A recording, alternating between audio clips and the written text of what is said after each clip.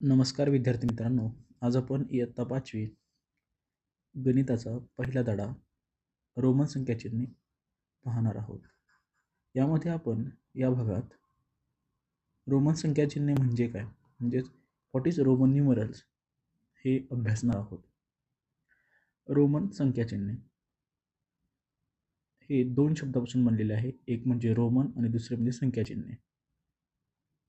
तर आपण रोमन हा शब्द पाहूया.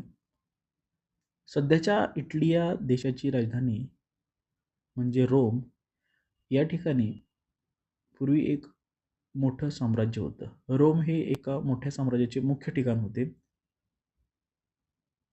रोम या नावावरून या साम्राज्यातील लोकांना रोमन असे म्हणत असत आणि त्यांनी शोध लावलेल्या किंवा ते वापरत असलेल्या संख्याचिन्ह लेखन पद्धतीला रोमन संख्या लेखन पद्धती असे म्हणतात. त्यानंतर संख्याचिन्हे संख्येला म्हणजेच नंबर्स यांना दर्शवण्यासाठी वापरलेले चिन्ह म्हणजे संख्याचिन्ह. संख्याचिन्ह हे एक चिन्ह असेल किंवा चिन्हांचा समूह असेल किंवा एखादी आकृती किंवा आकृत्यांचा समूह असे असू शकते. धन्यवाद.